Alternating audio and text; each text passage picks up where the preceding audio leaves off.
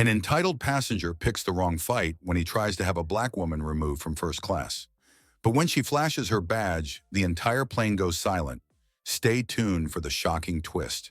Victoria Hayes boarded the red-eye flight from Seattle to Atlanta, looking forward to a few peaceful hours after weeks of exhausting work at the FBI. She had spent the last 3 weeks tracking a multi-state criminal operation, finally wrapping up the case just the night before. Completely drained but satisfied with the outcome, she decided to treat herself to a rare luxury, a first-class ticket. But just as she placed her carry-on in the overhead bin above seat 3A, an annoyed voice called out behind her, "Excuse me, but I believe you're in my seat." Victoria turned to see a middle-aged man in an expensive suit, his face already flushed with irritation. His luggage tag read Nathan Caldwell, and from the way he was looking her up and down, he was clearly unimpressed. Victoria kept her voice calm. "I don't think so. This is my seat." Nathan scoffed, his gaze flicking over her casual attire, a black hoodie, dark jeans, and sneakers. "That's impossible. I fly first class on this route every week. I always sit in that seat." Victoria raised an eyebrow at the entitlement in his tone. "You may usually sit here, but today it's mine." She held up her phone, where her boarding pass clearly displayed. Seat 3A, first class. Nathan's frown deepened, suspicion flashing in his eyes. "Let me call the flight attendant." He snapped his fingers at a nearby flight attendant, Amber Chen, a young woman who had been with the airline for less than 6 months. She approached with a professional smile, her gaze shifting between Nathan and Victoria. "Is there a problem, sir?" Nathan jabbed a finger toward Victoria, as if she had just committed a crime. "There's been a mistake. She's in my seat." Amber maintained her pleasant tone. "I'd be happy to check. May I see both of your boarding passes?" Victoria handed hers over immediately. Nathan, meanwhile, patted his pockets dramatically before finally producing his. Amber checked both passes, then turned back to Nathan. "Mr. Caldwell, your seat is 3B, right next to this passenger. 3A belongs to Ms. Hayes." Nathan's face darkened. "That's impossible. I specifically requested a window seat." Amber nodded. "I understand your preference, sir, but according to our system, this is the correct assignment. I can check if any other window seats are available, though the flight is quite full." Nathan's scowl deepened, his face now a deep shade of red. Victoria sighed. She had encountered men like him before, men who believed the world should bend to their will, but she wasn't someone who backed down. "It looks like you'll be sitting in 3B, she said, her tone calm but firm.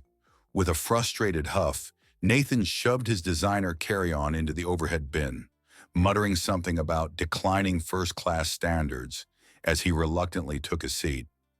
Victoria ignored him and opened her book, a biography of Shirley Chisholm, a woman who shattered barriers to become the first black woman to run for U.S. president.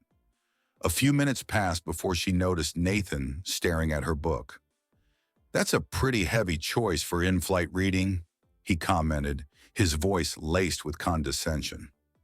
Victoria glanced at him over the top of her book.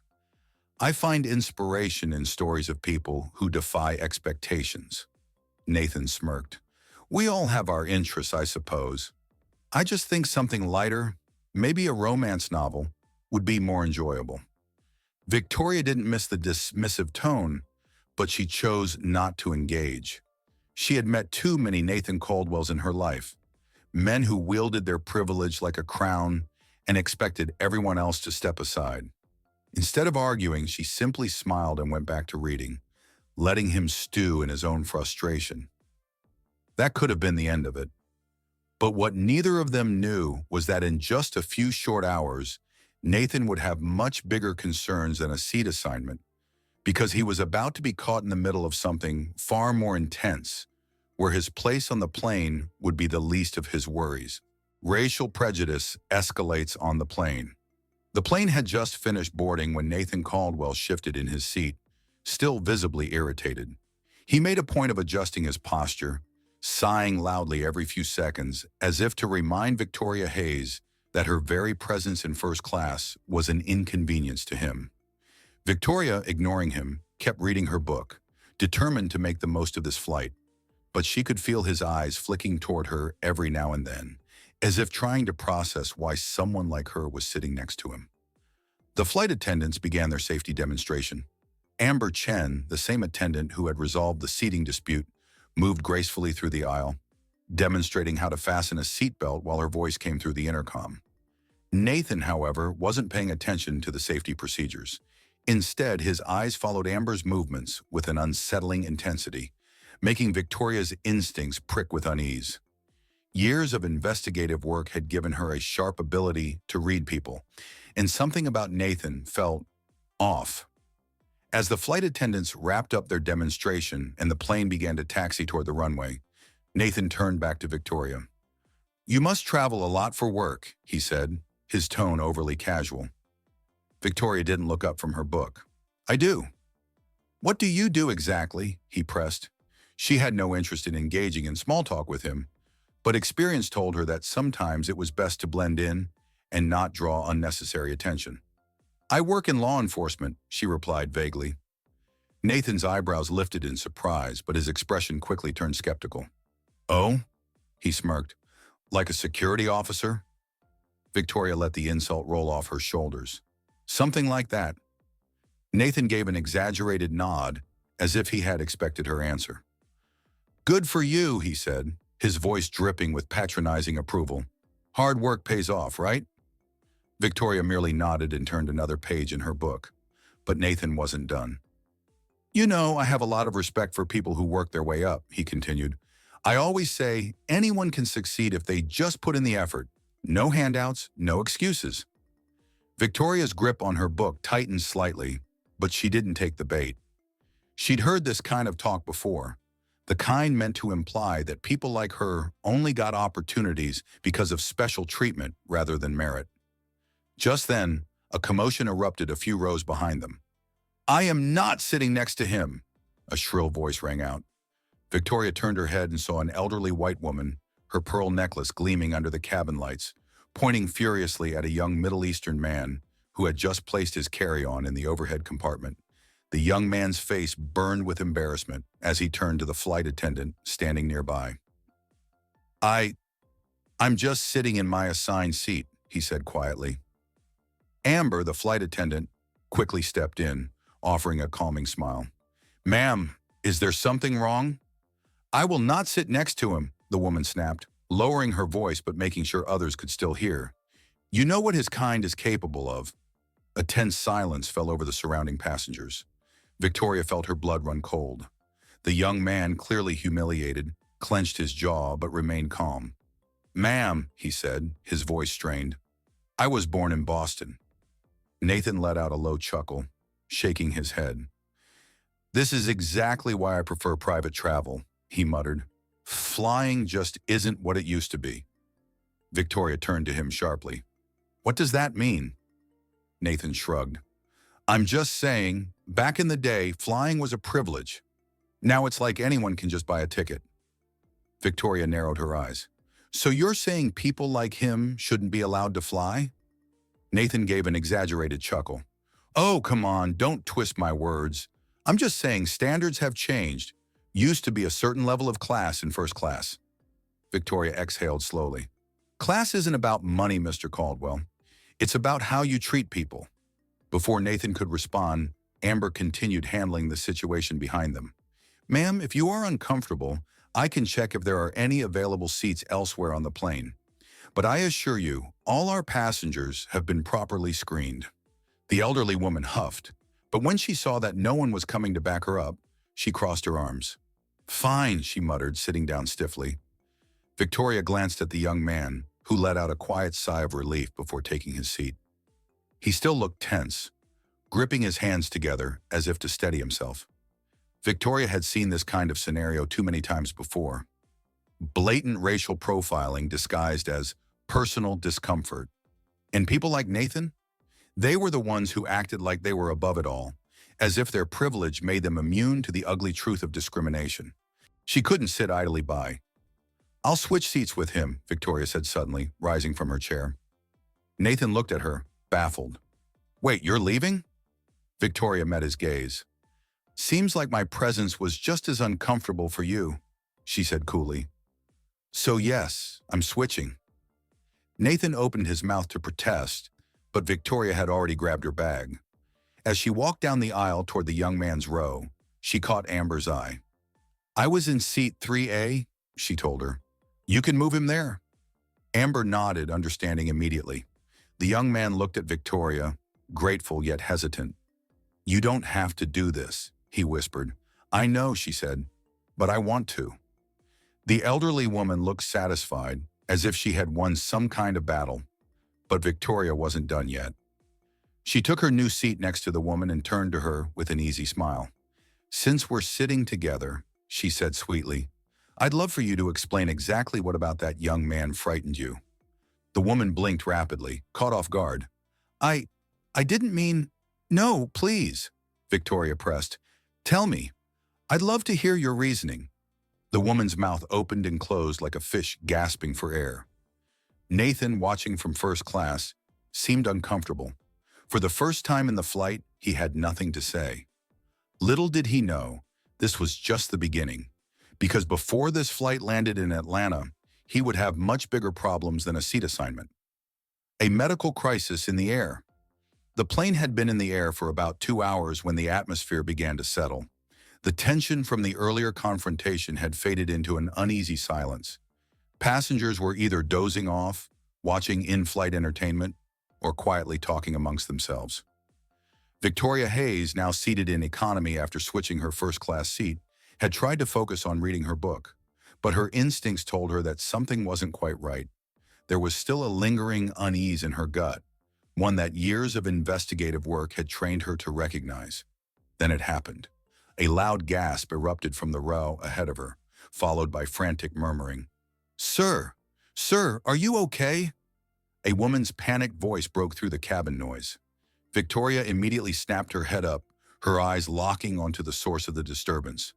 An elderly man, perhaps in his mid-70s, was slumped against the window seat, his face ashen, his breathing shallow. His eyes fluttered open briefly before rolling back. A flight attendant rushed over. Sir, can you hear me? The woman next to him, who Victoria assumed was his wife, was now gripping his arm, her voice rising in alarm. Something's wrong. He's not responding properly. Victoria's training kicked in. She unbuckled her seatbelt and quickly moved forward. I'm a federal agent, she announced, pulling out her badge. I have medical training. What's going on? The flight attendant, Amber Chen, who had already had a run-in with Victoria earlier, looked both relieved and surprised. He complained about chest pain earlier, but he said it was indigestion. Now he's unresponsive. Victoria immediately crouched next to the man, pressing 2 fingers to his carotid artery. His pulse was weak and erratic. We need a doctor, Victoria called out. I'm a medical student. A young man in his early 20s, who Victoria recognized as the Middle Eastern man from the earlier altercation, hurried forward. His name tag from the university hospital he trained at Red Doctor. Tariq Amari. Victoria stepped aside, letting Tariq assess the situation. He worked quickly, checking the man's pulse, his pupils, and his breathing. His calm, professional demeanor was a stark contrast to the chaos around him. He's having a cardiac event, Tariq stated firmly. We need the emergency medical kit. Does this flight have an AED? Amber nodded quickly. Yes, I'll get it. She rushed toward the front of the plane. Nathan Caldwell, the entitled first-class passenger Victoria had previously dealt with, craned his neck from his aisle seat to observe. His expression flickered with curiosity, but not concern. Heart attack, huh? Nathan muttered. Probably shouldn't have been flying at his age. Victoria shot him a glare, but didn't waste her energy responding. Meanwhile, the elderly man groaned weakly, his body shivering slightly. His wife was near tears, clutching his hand. Sir, can you hear me? Tariq spoke clearly but gently. Can you squeeze my hand? The man's fingers barely moved. Amber returned with the automated external defibrillator, AED, and a medical kit. Tariq grabbed the AED and turned it on, his voice steady. Ma'am, he addressed the elderly woman, We need to open his shirt so I can apply the pads. Is that okay? She nodded quickly, tears streaming down her face. Please, just save him. Victoria helped unbutton the man's shirt while Tariq placed the electrode pads on his chest. The machine's automated voice instructed them to stand clear while it analyzed the heart rhythm. A tense moment passed before the machine beeped. Shock advised. Charging. Stand clear. Tariq lifted his hands. Everyone, step back. Passengers around them held their breath as the AED delivered the shock. The elderly man's body jerked slightly. The machine reanalyzed his rhythm. No further shock advised. Begin CPR. Victoria took position and started compressions, counting aloud. 1, 2, 3, 4. Tariq monitored the man's pulse while Victoria continued. Come on, she muttered under her breath. Stay with us. After about 30 compressions, the man suddenly took a sharp breath, his chest rising as he gasped for air. His wife sobbed in relief. Tariq quickly checked his vitals. His pulse is still weak, but he's back. We need an emergency landing. Amber, having already radioed the captain, received an update through her earpiece. She turned to them. The captain is diverting the plane to Denver. Medical personnel will be waiting on the ground. Passengers in the nearby rows began murmuring, some clearly unsettled by the unexpected detour. Nathan, meanwhile, sighed dramatically. Really? An emergency landing? We're going to be delayed because of this. That was it. Victoria turned her sharp gaze to him. Because of this? A man almost died? And you're worried about your schedule? Nathan shrugged. I mean, yeah. We all have places to be. You know what? Victoria said, standing to her full height. You're exactly the kind of person who thinks the world revolves around them. But let me remind you, it doesn't. If it were you lying on this floor fighting for your life, would you want us to just step over you because you're an inconvenience? Nathan scoffed but said nothing. He sank lower into his seat, avoiding eye contact. A slow ripple of applause started from a few passengers who had witnessed the scene. Amber's voice came over the intercom. Ladies and gentlemen, we'll be making an emergency landing in Denver due to a medical emergency. We appreciate your patience and cooperation. Please remain seated as we begin our descent. The next 20 minutes were tense, but the elderly man remained stable. His wife held onto his hand, whispering prayers and words of comfort. As the plane touched down, emergency responders were already waiting on the tarmac. The paramedics boarded immediately, carefully transferring the elderly man onto a stretcher.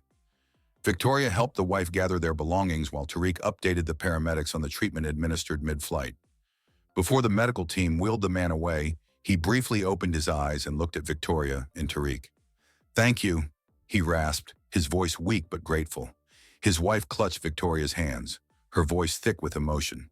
You saved my husband. I don't even know how to thank you. Victoria gave her a reassuring nod. Just focus on him. He's going to be okay. As they were escorted off the plane, the cabin fell silent. Then out of nowhere, the passengers erupted into applause, a heartfelt show of appreciation for Victoria and Tariq's efforts. For the first time that night, Victoria allowed herself to exhale. Little did she know, this was just the beginning. Because as the plane prepared for takeoff once again, there was still one more crisis waiting to unfold before they reached Atlanta. Suspicious behavior from Richard Whitfield. The plane had been back in the air for about 45 minutes after the emergency landing in Denver. Most passengers had finally settled again, relieved that the medical crisis had been resolved. Victoria Hayes, however, remained alert. Something about this flight still didn't sit right with her. She had spent years in the FBI learning how to read people, the way someone shifted uncomfortably in their seat, the flicker of nervousness in their expression, the hesitation before answering a simple question. It all told a story. And Richard Whitfield? He was hiding something. Victoria first noticed it when the emergency with the elderly man was unfolding. While most passengers had been focused on the crisis, Richard had been watching something else, or rather someone else. His sharp gaze had repeatedly darted toward Walter Simmons, the very man who had nearly died mid-flight. At first, Victoria thought Richard was just another entitled first-class passenger irritated by the inconvenience. But as she watched him closely, she realized there was something different in his expression. Not annoyance, concern, but not the kind of concern one feels for a fellow human being in distress. It was the concern of a man who had just seen a ghost.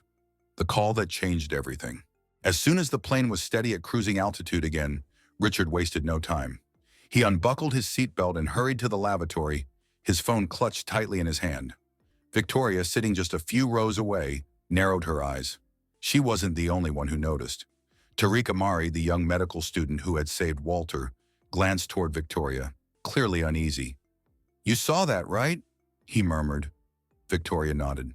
"Yeah, and I don't think he just really had to use the restroom." Tariq hesitated. "Back when Walter first lost consciousness, I think Richard recognized him.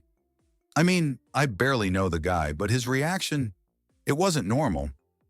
Victoria had already come to the same conclusion. She made a split-second decision. "I'll be right back," she said, rising from her seat. Tariq didn't ask questions. He just gave her a nod.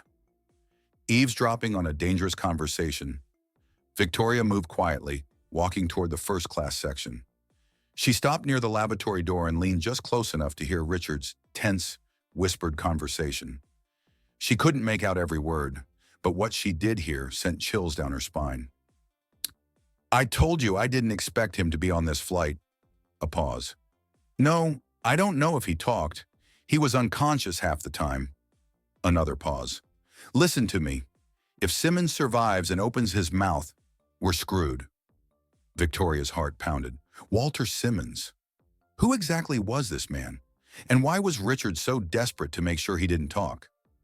Victoria knew she needed proof. If Richard was involved in something criminal, she wasn't going to let him slip away. She quickly pulled out her phone and discreetly hit record, capturing as much of the conversation as possible. "The plan hasn't changed," Richard continued, his voice lower now. "The shipment is still scheduled for tomorrow night in Atlanta, but we might have to expedite things." Victoria's blood ran cold. What shipment? What was he trying to cover up? A sudden change in behavior. Just as she was processing what she had heard, the lavatory door unlocked. Victoria immediately stepped back, turning toward the window as if she was just stretching her legs. Richard stepped out, looking flustered. He ran a hand through his hair, his fingers tapping anxiously against his phone. His eyes scanned the cabin, as if checking to see if anyone had been listening. Then his gaze landed on Victoria. For a split second, their eyes locked. Richard's expression shifted, a mix of suspicion and recognition. He knew she had heard something. Victoria kept her face neutral, pretending not to notice his scrutiny, but her instincts were screaming at her. She had just become a threat to him. Making a move. Richard hurried back to his seat, but his demeanor had completely changed. He was no longer just a smug, entitled businessman who had whined about seat assignments. Now he was a man calculating his next move. Victoria watched as he quickly typed something into his phone. He then turned his screen away, shielding it from view. A minute later, he got up again and walked toward the flight attendants area near the galley. Victoria's stomach twisted. He was making a call, and it wasn't going to be a good one. She needed to act fast. Victoria pulled out her phone and sent a secure message to a trusted contact in the Atlanta FBI field office. Possible criminal activity on Flight 2176. Passenger Richard Whitfield. Mentions of shipment in Atlanta. Need background check ASAP.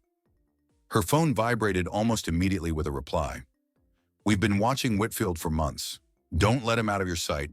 More details soon." Victoria's pulse quickened. This wasn't just a paranoid businessman. Richard Whitfield was part of something much bigger. And if she didn't stop him before they landed in Atlanta, something terrible was about to happen. Emergency landing and a secret phone call. The tension inside the cabin had yet to settle. Despite the medical emergency being addressed and Walter Simmons now stable in the back of the plane, something still felt off. Victoria Hayes had spent years reading people, and Richard Whitfield's behavior had raised every red flag in her mind. She had caught snippets of his suspicious phone conversation after the first emergency landing, and now she needed to act carefully. The plane was about an hour away from Atlanta when the unexpected happened. Another emergency alert. The pilot's sudden announcement. The overhead chime rang, followed by the captain's voice, unusually calm but firm. Ladies and gentlemen, this is your captain speaking. Due to a mechanical issue that has come to our attention, we will be making an unscheduled landing in Charlotte for further inspection. We appreciate your patience and cooperation as we prioritize safety. Victoria's gut told her something wasn't right. She had been on hundreds of flights before. She knew the standard protocol. The plane wasn't shaking, there was no indication of an actual mechanical issue, and the flight attendants, though professional, seemed just as confused as the passengers. And then there was Richard Whitfield's reaction. While most passengers groaned or muttered complaints, Richard didn't even flinch. Instead, he glanced at his watch, let out a slow breath, and then casually picked up his phone. Like he was expecting this. Like this was part of the plan. The call that confirmed everything Victoria pretended to stretch, angling herself in a way that let her get a better view of Richard without being obvious. She saw him pull up his phone, keeping the screen tilted away from anyone's view. He tapped on a secure-looking app, then lifted the phone to his ear. She couldn't hear everything, but she caught enough. Yeah, I know. We'll be in Charlotte soon. A pause. No, he's still alive. But it doesn't matter. We can handle it there. Another pause. Make sure the shipment is rerouted. We can't risk delays. Victoria's heart pounded. The shipment. She had heard him mention it before, right after Walter collapsed. It was starting to piece together. Walter Simmons wasn't just some random elderly man with health issues. He knew something, and Richard wanted him gone. Victoria quickly pulled out her phone, keeping it low in her lap.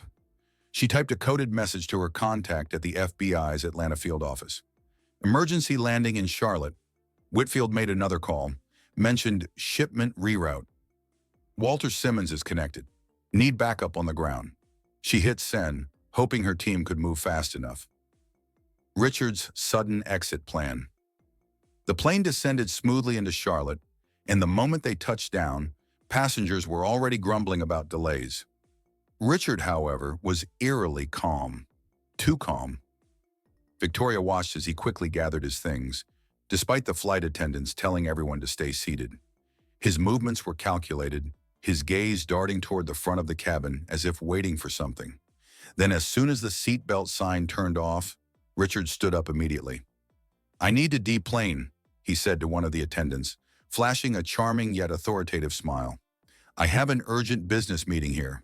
Can I be escorted off first? The flight attendant hesitated. Sir, this is an unscheduled stop. We need to check with the gate agents before... I have a private driver waiting, Richard cut in, reaching into his pocket and discreetly slipping something into the attendant's hand. A bribe. Victoria clenched her jaw. This was not just a nervous passenger. This was a man trying to escape, making a move. Victoria knew she had seconds to act before Richard disappeared into the airport. As the flight attendant moved toward the front to check with the ground crew, Victoria slipped out of her seat and stepped in front of Richard before he could move down the aisle. Where are you headed in such a hurry? She asked, keeping her tone casual but firm. Richard's expression barely changed, but his eyes flickered with recognition. You again, he muttered, his smile tight. Just heading to an important meeting? Didn't think you'd care. Victoria tilted her head, pretending to consider.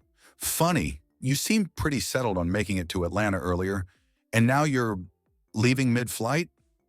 Richard's jaw tensed, his fingers gripping his phone a little too tightly. I go where business calls, he said smoothly. You wouldn't understand. Victoria let out a mock laugh. Oh, I think I understand perfectly, but I have a feeling the authorities here in Charlotte might want to understand too. She took a half-step closer, lowering her voice. I know about the shipment, she said quietly, and I know you're running. For the first time, Richard's confident facade cracked. A flicker of panic flashed across his face. Before he could respond, the airline crew made an announcement. We ask all passengers to remain seated as we assess the mechanical issue. If you have a connecting flight, please wait for an update from the gate crew. Victoria didn't move. Neither did Richard, but she could feel the shift in the air. Richard was trapped, and he knew it. Now she just had to make sure he didn't slip away before backup arrived. Uncovering a corrupt network. Victoria Hayes sat in the dimly lit security office of Charlotte Douglas International Airport, her fingers drumming against the cold metal table. The tension in the air was thick, and despite the controlled hum of the security cameras overhead, she knew this was just the beginning. Richard Whitfield had tried to slip away the moment the emergency landing was announced. That wasn't normal. Most passengers were irritated by the unexpected delay, but Richard had seen an opportunity, and the way he tried to bribe his way off the plane, that confirmed her suspicions. He was desperate to disappear before they reached Atlanta. Now, the real question was, why? Victoria's phone buzzed in her pocket. It was a message from her contact in the FBI's Atlanta field office. Whitfield flagged, business fronts tied to offshore accounts, possible involvement in high-level smuggling. Stand by for further intel. She exhaled slowly. This wasn't just about one shady businessman. This was bigger, much bigger. The web begins to unravel. A security officer entered the room, followed by a senior airport official. Agent Hayes, we have surveillance footage of Whitfield in the terminal before boarding in Seattle. You'll want to see this. Victoria leaned forward as the screen flickered to life. The footage showed Richard standing near gate C-14, engaged in what appeared to be an intense conversation with an older man. Walter Simmons. Victoria's mind raced. Walter had collapsed mid-flight due to a suspected cardiac event. But what if that wasn't just bad luck? What if someone had made sure he wouldn't survive the journey? The footage continued. Richard was visibly agitated, checking over his shoulder, speaking in a low, forceful tone. Walter, on the other hand, looked composed but firm, like a man making a final stand. And then something chilling happened. Walter reached into his jacket pocket and slid a small envelope into Richard's hands. Richard hesitated, but then took it and stuffed it into his carry-on bag. Victoria clenched her fists. That was it. That was the connection. She turned to the security officer. "Where's Whitfield's luggage?" "Already in holding," the officer replied. "But if you're thinking of searching it, we need proper authorization." Victoria grabbed her phone and called her field office. "I need an immediate warrant for Richard Whitfield's belongings. He's connected to a larger operation, and we need to move before he finds a way out of this airport." The voice on the other end hesitated. "Hayes, this case is blowing up fast. Whitfield isn't just some corrupt businessman. His connections run deep. If you're right about him, this isn't just smuggling. It could be part of a multi-state trafficking ring." Victoria's stomach turned. She had suspected something big, but human trafficking? That changed everything. "We can't let him go," she said firmly. "We need to know what was in that envelope." Breaking the code. 30 minutes later, Victoria stood in the evidence room, staring down at the confiscated contents of Whitfield's bag, a laptop, a leather-bound notebook, and the envelope Walter had given him. Carefully, she opened it. Inside were handwritten account numbers, coded transaction logs, and a list of locations: warehouses, shipping ports, private airstrips. Everything pointed to an elaborate network of illegal operations. "Jesus," one of the officers muttered as he peered over her shoulder. "This isn't just business fraud. This is organized crime." Victoria scanned the list, her eyes narrowing. One name stood out: Martin Caldwell. He was one of the biggest corporate power players in Atlanta, known for his influence in logistics and international shipping. If he was on this list, it meant this operation had been running under the radar for years. She immediately sent a copy of the documents to the FBI's cybercrime unit for decryption. "Get these files backed up and send the originals to federal investigators in D.C., she ordered. "If this network is as big as I think it is, we can't risk a cover-up." Confronting Whitfield. With the evidence in hand, Victoria walked into the detention area where Richard Whitfield sat, hands cuffed, his usual arrogance dimmed, but not gone. She dropped the envelope onto the table in front of him.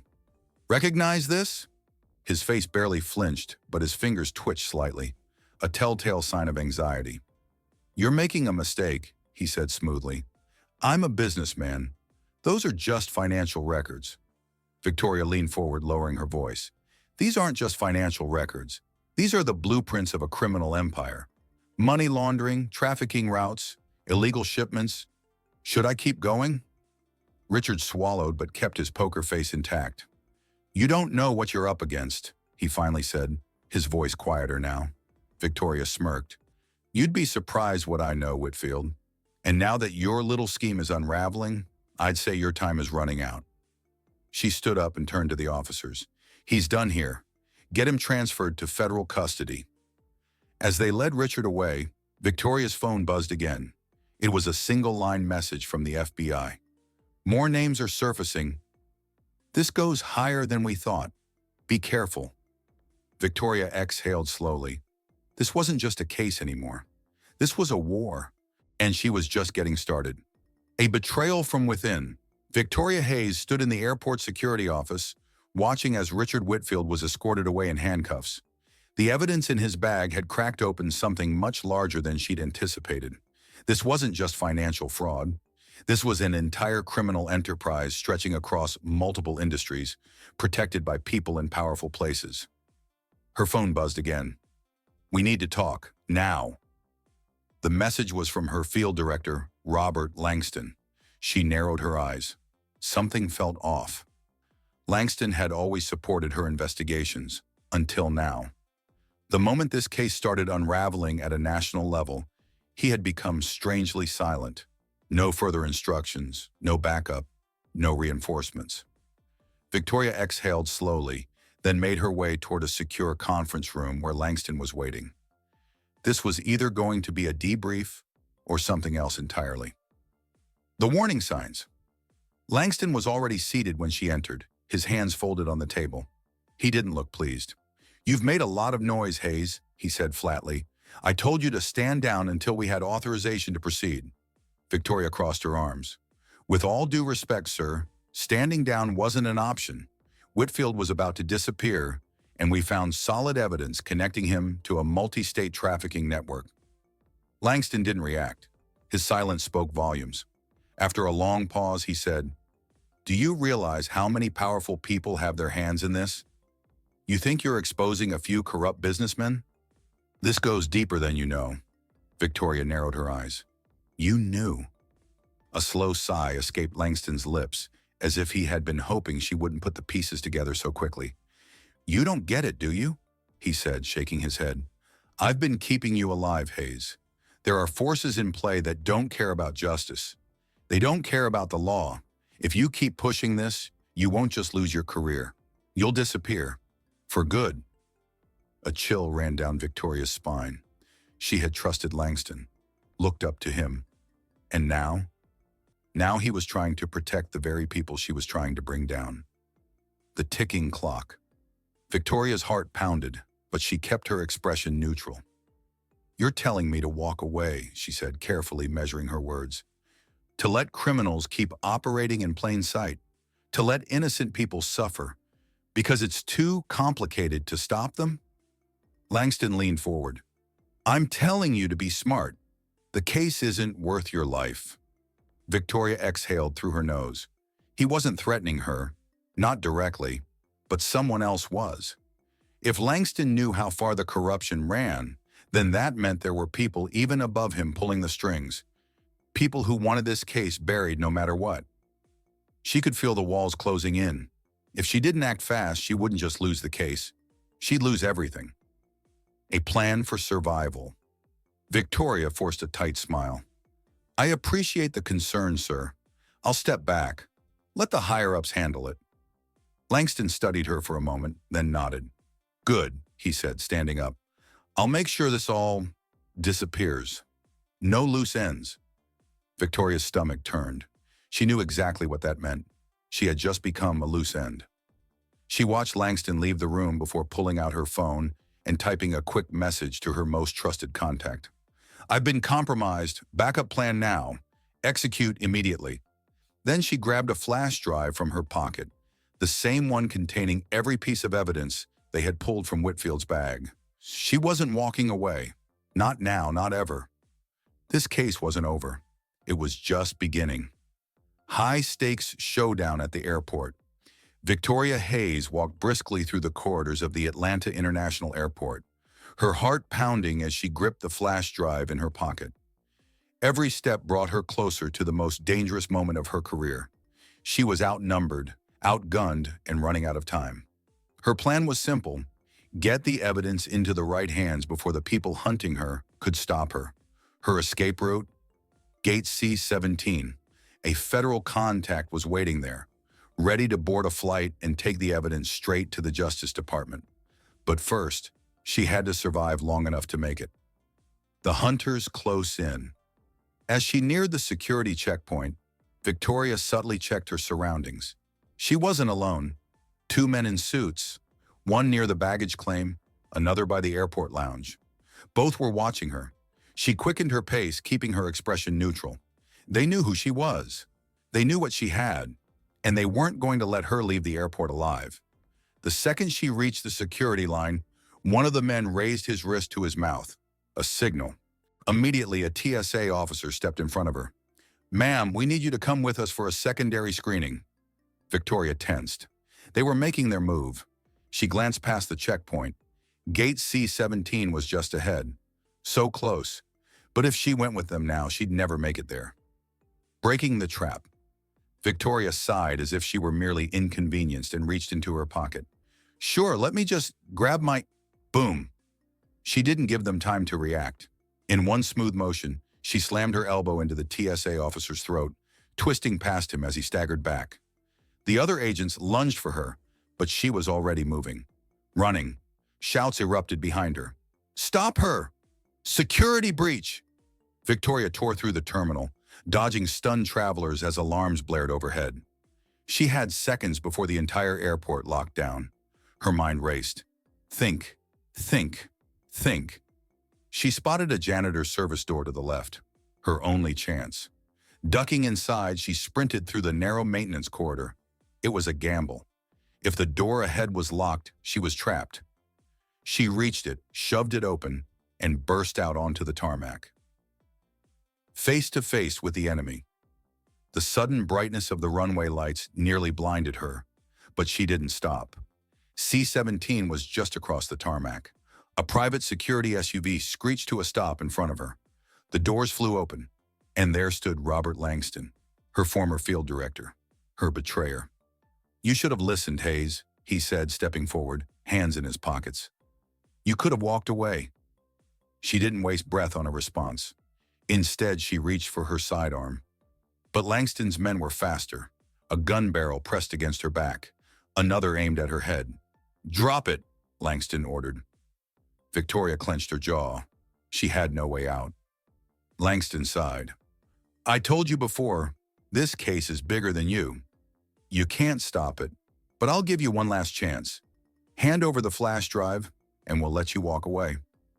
A cold laugh escaped her lips. "We both know you're lying," she said. The final gambit. Victoria slowly lifted the flash drive into view. Langston's eyes flickered with satisfaction. "Smart choice," he said, stepping closer. And that's when she made her move. She threw the flash drive. Not to Langston, but past him. Straight onto the airstrip. A luggage cart zipped by, running directly over the drive, crushing it into pieces. Langston's expression darkened. "You really think that was the only copy?" she asked, smirking. Langston's face twisted in fury. That's when the floodlights flashed red. "Federal agents! Drop your weapons!" Victoria grinned. She'd never planned to escape. She had planned to stall. And now, the cavalry had arrived. Within seconds, Langston's men were tackled to the ground. Handcuffs snapped into place. And as Langston himself was forced to his knees, Victoria leaned down and whispered, "Game over." She straightened, watching as agents swarmed the tarmac.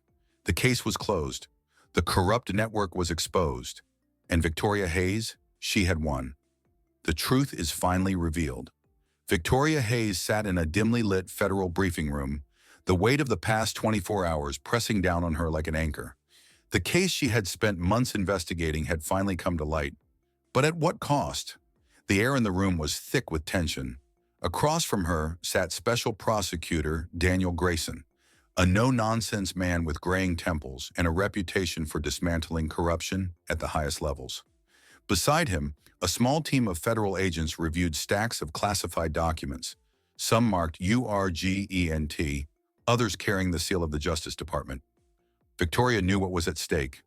The evidence she uncovered wasn't just about Richard Whitfield or Robert Langston. It exposed an entire network, a conspiracy that ran deeper than anyone had imagined. And now it was time to lay everything on the table. Unveiling the network. Grayson finally broke the silence. Agent Hayes, you understand the gravity of what you've done? Victoria met his gaze without hesitation. I understand that I did my job. Grayson slid a thick file across the table. This network, the Phoenix Syndicate, has been active for over 15 years. We've suspected its existence, but never had enough proof to dismantle it. Until now. Victoria flipped open the file, scanning the contents. Money laundering, human trafficking, illegal weapons sales. Each document outlined the network's operations in chilling detail. You got to Langston before they could erase him, Grayson continued. And with your evidence, we have the names of every major player.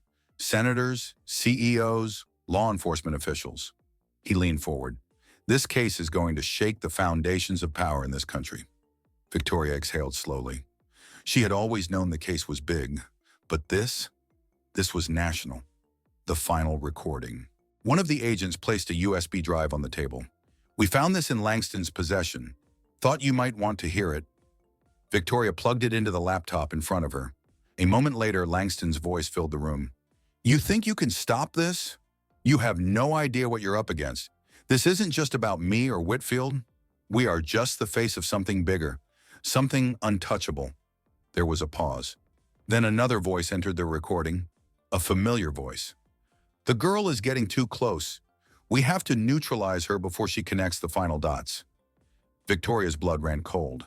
It was Assistant Director Wallace. Grayson's eyes flickered with understanding. This proves it. Wallace wasn't just covering for them. He was one of them. A bitter laugh escaped Victoria's lips. He was the one who assigned me to the Vargas case. The whole time, he was trying to keep me distracted while they cleaned up the loose ends. Grayson nodded. But they underestimated you. Victoria clenched her fists. They always do. The nationwide fallout. By morning, the country knew the truth. Every major news network ran the story. Breaking news, massive corruption. Scandal exposed, high-ranking officials arrested in multi-state sting operation, FBI assistant director, among those implicated millions in illegal transactions uncovered. Television screens displayed live footage of dozens of arrests. FBI teams raided corporate offices, government buildings, even private estates. The public watched in shock as once powerful figures were led away in handcuffs. Victoria stood in the command center, watching the chaos unfold. This was what justice looked like.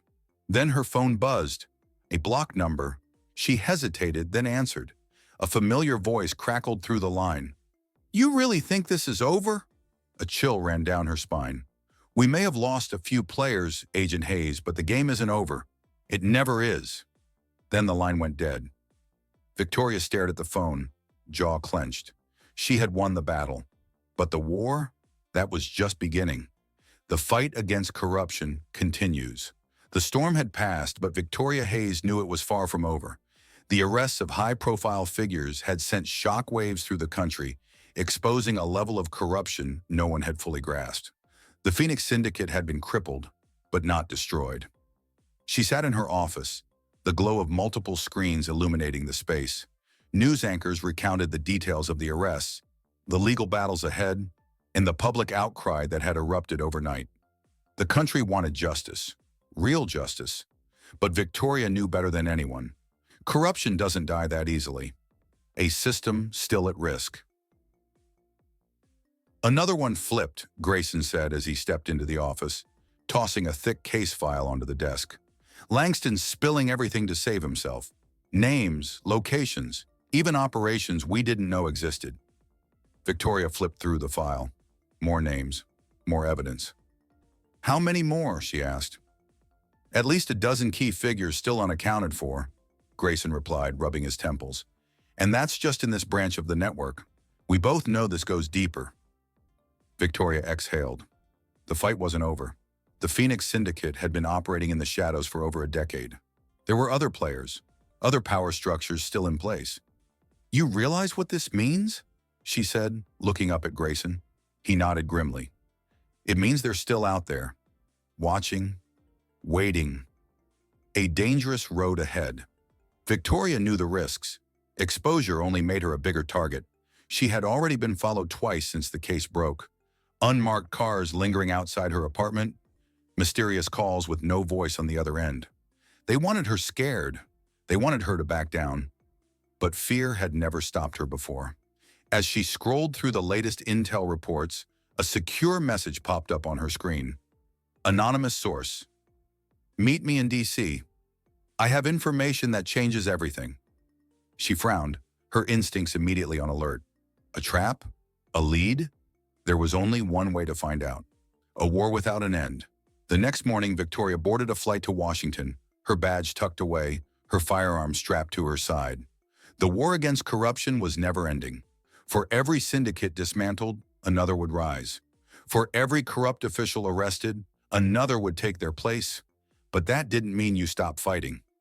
As the plane lifted into the sky, she glanced out the window, determination burning in her chest. They wanted her to walk away, but she was just getting started.